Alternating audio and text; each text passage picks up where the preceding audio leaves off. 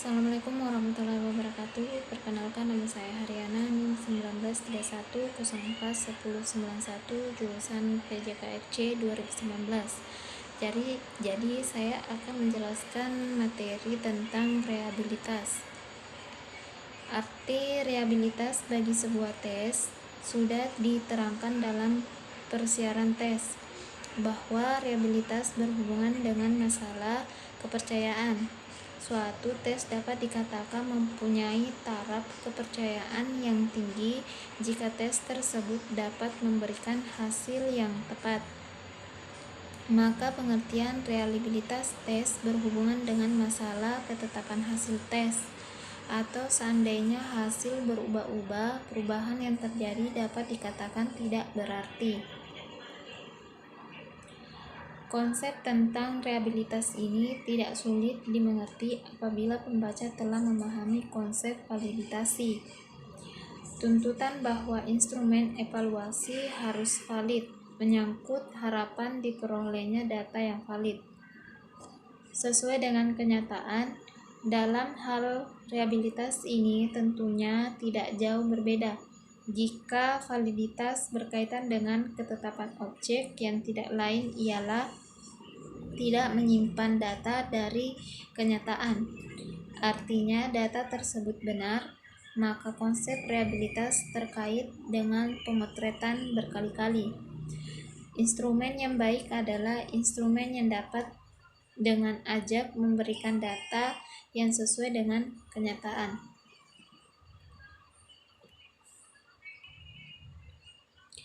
Yang sering ditangkap kurang tepat bagi remaja adanya pendapat bahwa ajak atau tetap diartikan sebagai sama.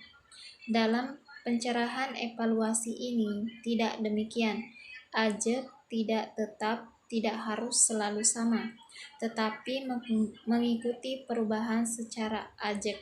Jika keadaan si A malu-malu berada lebih rendah dibandingkan dengan B, maka jika diadakan pengukuran ulang, si A juga berada lebih rendah dari B.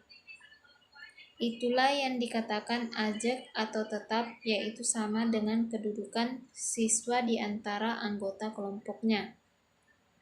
Tentu saja tidak dituntut semua tepat. Besarnya ketetapan itu menunjukkan tinggi rehabilitas instrumen.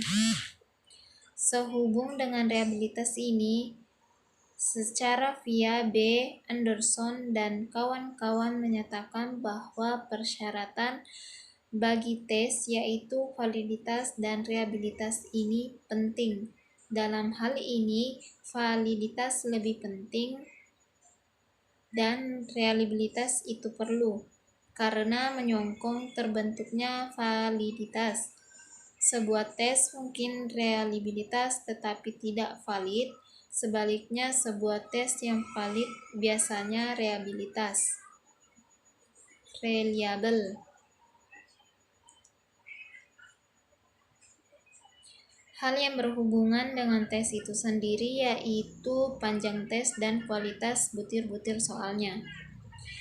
Tes yang terdiri dari banyak butir tentu saja lebih valid dibandingkan dengan tes yang hanya terdiri dari beberapa butir soal.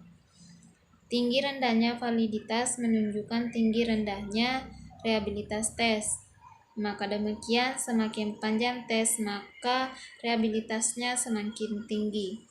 Dalam menghitung besarnya reliabilitas berhubungan dengan penambahan banyaknya butir soal dalam tes. Ini adalah sebuah rumus yang diberikan oleh Superman dan Brown hingga terkenal dengan rumus Superman dan Brown. Rumusnya adalah RNN sama dengan NR per 1 ditambah N dikurang 1 R. Keterangannya di mana Rn sama dengan besarnya koefisien reliabilitas sesudah tes tersebut ditambah butir soal baru.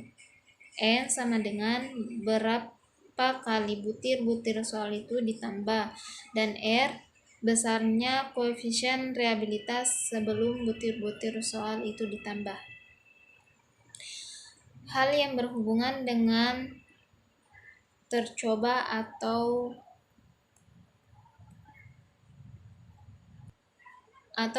tes T. Suatu tes yang dicobakan kepada kelompok yang terdiri dari banyak siswa akan mencerminkan keragaman hasil yang menggambarkan besar kecilnya realitas tes. Tes yang dicoba bukan kelompok terpilih akan menunjukkan realitas yang lebih besar daripada yang dicoba pada kelompok tertentu yang diambil secara dipilih. Hal yang berhubungan dengan penyelenggaraan tes. Sudah disebutkan bahwa faktor penyelenggaraan tes yang bersifat administratif sangat menentukan hasil tes.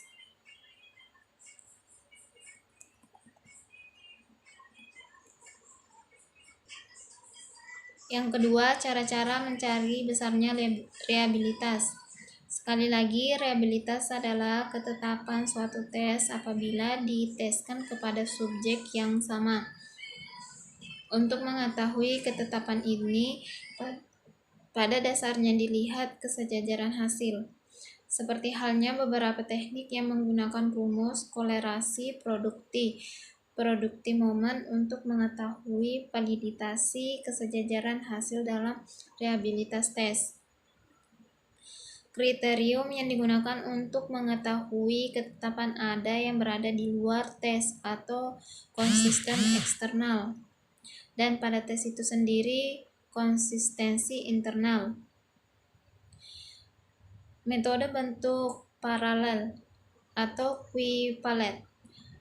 Tes paralel atau tes equivalent adalah dua buah tes yang mempunyai kesamaan tujuan, tingkat kesukaran dan susunan, tetapi butir-butir soal berbeda. Dalam istilah bahasa Inggris disebut alternative format atau parallel form.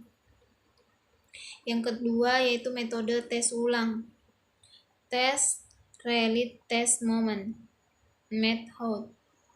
Metode tes ulang dilakukan orang untuk menghindari penyusunan dua seri tes. Dalam menggunakan teknik atau metode ini, pengetes hanya memiliki satu seri tes tetapi dicobakan dua kali. Oleh karena tesnya hanya satu dan dicobakan dua kali, maka metode ini dapat disebut dengan single test double tree method. Kemudian, hasil dari dua kali tes tersebut dihitung kolerasinya. Metode yang ketiga yaitu metode belah dua atau Spillis-Hall method. Kelegahan penggunaan metode dua tes dua kali percobaan dan satu tes dua kali percobaan diatasi dengan metode ketiga ini, yaitu metode belah dua. Dalam menggunakan metode ini, pengetes hanya menggunakan sebuah tes dan dicobakan satu kali. Oleh karena itu disebut juga single test single trial method. Berdasarkan dengan metode pertama dan kedua yang setelah diketemukan koefisien korelasi langsung ditafsirkan itu koefisien realitas, maka dengan metode ketiga ini tidak dapat demikian. Pada waktu membelah dua dan mengkorelasi dua belah dan baru diketahui realitas separuh tes. Rumus Spearman dan Brown sebagai berikut. R11 sama dengan 2R /2 per 1 ditambah R /2, di mana R 1/2 dan 1/2 sama dengan korelasi antara skor-skor setiap belahan tes. Sedangkan R11 sama dengan koefisien realitas yang sudah disesuaikan. Pembelahan ganjil genap, pembelahan awal akhir, penggunaan rumus Flagg, penggunaan rumus Rowland, penggunaan rumus KR20, penggunaan rumus KR21, dan penggunaan rumus Hoyt. Itulah tadi penjelasan tentang realitas. Lebih dan kurangnya mohon dimaafkan. Wabillahi taufiq wal hidayah. Wassalamualaikum warahmatullahi wabarakatuh.